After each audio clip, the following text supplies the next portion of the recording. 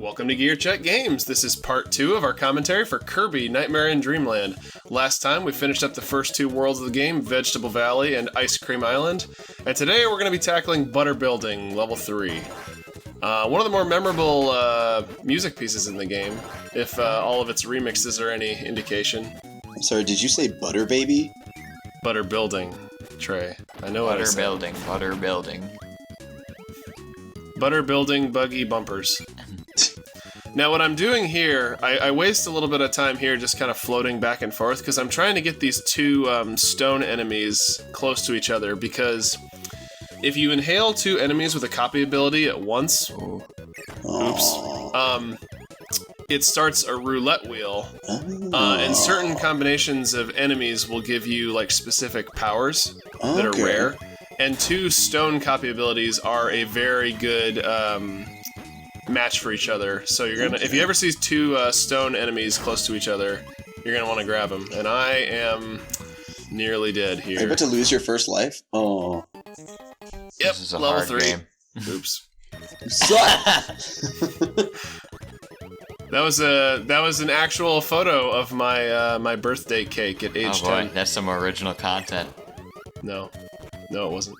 Oh. Like most things from, like most content on GearCheckGames, it was shamelessly stolen from the internet. Well, yeah. Is this TT from Diddy Kong From Racing? Diddy Kong Racing. He grew a mustache. He's No, getting older. it's TT's uncle. Yeah. Oh, of course. I don't know.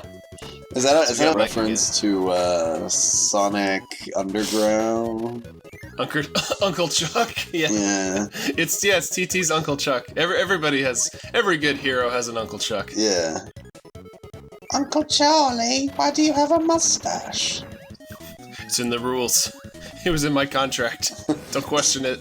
They'll come for me. Oh, so these are kind of like the switches in Mario 64. Yeah, starting in Cool. Butter Building, they'll start putting these hidden switches in levels that open up like extra doors in the overworld that lead you to little bonus games. Okay. Are the bonus games, I guess they're repeatable? I think you can repeat the bonus games if you like quit out of your file and restart the game.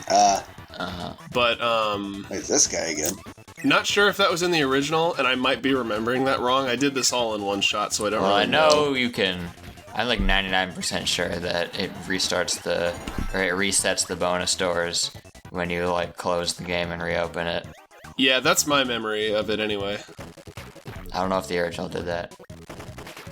Is this hat like a mixture of Nessa's hat and Trainer Red's hat? I mean, it might be. Actually, no. The wheel hat didn't come about until Kirby Superstar, and that was after Earthbound. So Oh, okay. So it could be Nessa's maybe. hat. Actually, I just realized Earthbound was co-developed by HAL Laboratory. Oh. So maybe the yo-yo ability in Kirby Superstar is a reference to Earthbound. I never thought of that. I'm an idiot. Oh yeah, boy. boomerang time. Hey, this has Fruit Ninja in it before anyone else. Yeah. Mm-hmm. Kirby did it first. Kirby did everything first. Hashtag Kirby did it. Oh Now god. here, we're going to give it another shot here, and hopefully, Okay. actually succeed this time. This is very worth it, because I believe in you. inhaling 2 stone enemies gives us, drumroll, UFO! Yeah, baby. Now we're in business. Which we get to use for like 1 room Yeah. before the level ends. Hey, any amount of UFO is appreciated. Well, they really want you to get it here because they keep spawning rock guys. Mm-hmm. Yeah, because it makes everything pathetically easy. Or they just want Yeah. to drop rocks on your head. And like, I go in this door, and I see the wheelie mini-boss. Nope. Nah. Just Like, this got rid part of the that power. level is kind of built for the wheel power, Yeah, I see it. but, I mean, But any level is built for UFO. Yeah. yeah.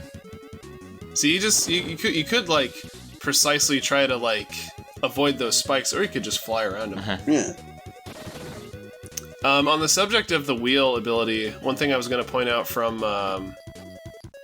Kirby Superstar is that game introduced like having enemies as partners. And if you have a wheelie as your partner, you can actually ride it, which is like functionally similar to the wheel copy ability, but it lets.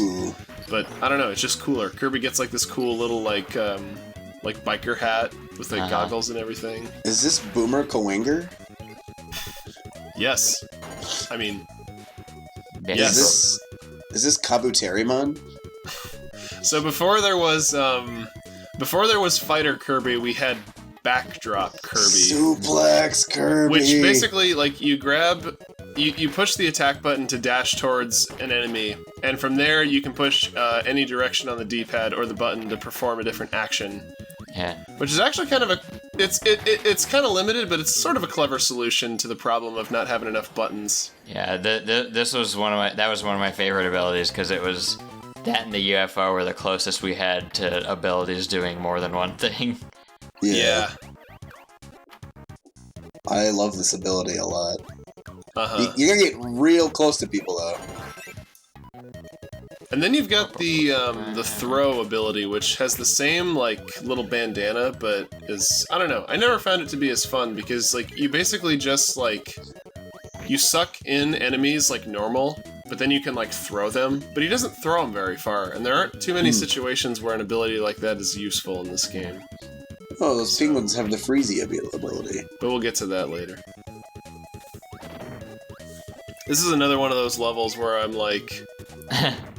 Oh, already found the end.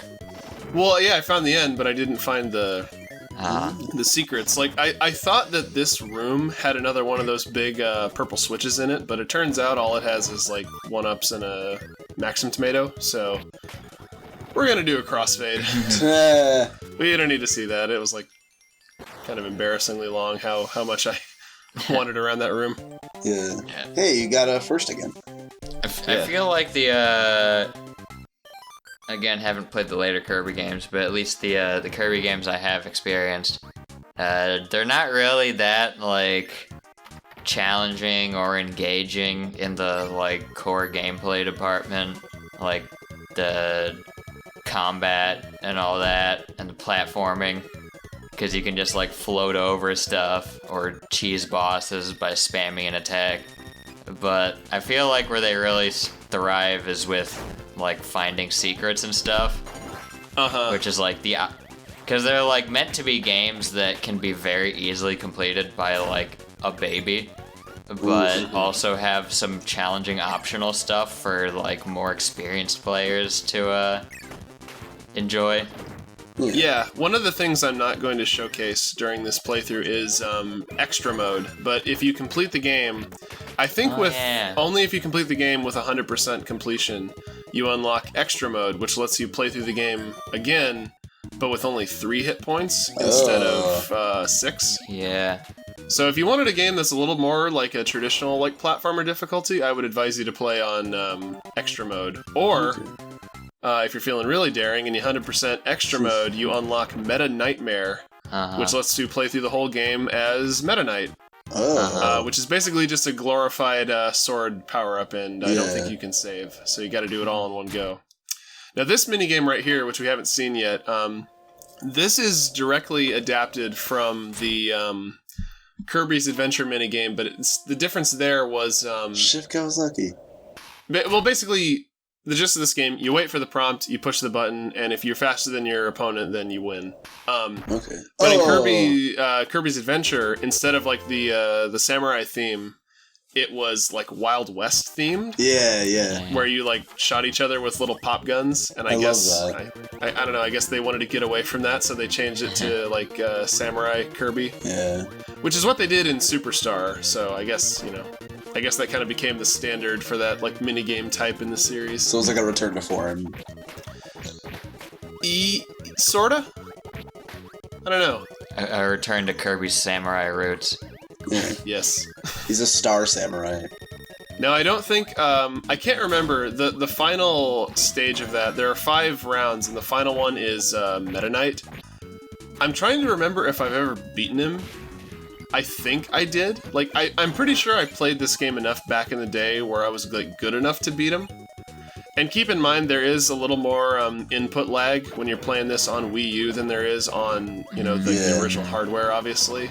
So, it's a, little bit broken by the technology, but, it's just extra lives. You don't really need too many in this kind of game.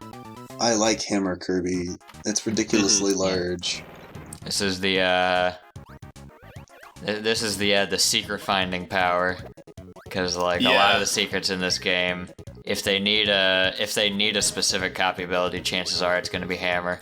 Okay. Yeah, it's any of the ones that like pound pegs into the ground, like stone or this. I think. Yeah. Actually, yeah, those are the only two. Yeah, and it can also, the pegs need stone or hammer, but hammer can also just also deal with other things like blocks that are above you and iron blocks and stuff like that. So is it like a stronger sword, basically? Yeah, a stronger, more unwieldy sword, because like the range isn't as good, I don't think. Okay, and it's slower, but that sound effect though. I really liked how they did the hammer in Superstar though, where it had different moves, like it had like a dodge move. That you could spin spin on top of your hammer to get some frames of invincibility. Yeah, didn't you also have a desperation attack too, tied to the dodge move, where if you come out of it correctly, you I don't know, you you throw the hammer for extra damage, but you lose the copy ability. Oh yeah, there was a hammer throw, and there was I never made much use of that, but I guess it's nice that it was there. Yeah, I did get a lot of use out of the the charge up flame throw or whatever, or the charge up flaming hammer attack. Yeah. Oh yeah, that was good for dealing with bosses if you could time it right. Speaking of useful copy abilities, the first and only appearance of Light Kirby in the series, as far as I know. Basically, the light switch. It's flash. You use it once, it's gone, and the room is lit up. Weird. I'm not surprised they never brought this back. Yeah, it's a silly mechanic. Oh no, Scarfy, you can kind of cheat a little here and peek ahead to see which power-up is on either side. Yeah. Thankfully. Yeah, you can only get one. Yeah. I don't know why I went for the extra life, though, because you don't get your health refilled at the end of stages. I mean, yeah. You'll find food in the levels, though. Right? Find food in the boss arena? Yeah. That was a fast These are my race. favorite kind of edits to make. Just the little funny music edits. 22 seconds. To toot my own horn for a little bit. Is this the power of King Crimson? I guess so. That's for all you JoJo fans out there. So yeah, even when we're fighting two bosses, it's still pretty easy. You take the moon and you take the sun. It's for all you Chowder fans out there. So we got JoJo fans covered, we got Chowder fans covered. Yeah. Gang's all here. Yeah. One neat detail about those bosses is that most bosses will spawn stars that you can suck up and use as projectiles. But the difference with those bosses is that if you swallow the stars, the sun gives you the fire copy ability and the moon gives you cutter. Yeah. Oh, that makes so I always sense. appreciated that little detail. Does he give you cutter because he's a big pizza pie? When the moon hits your eye with a big star. I was going to say because he's shaped like a boomerang, but I kind of like your explanation better, Trey, to be honest. Yeah. Welcome to Moonstruck, everybody. Guest star Cher. Oh no. As in, share this video with your friends, like, comment, and subscribe.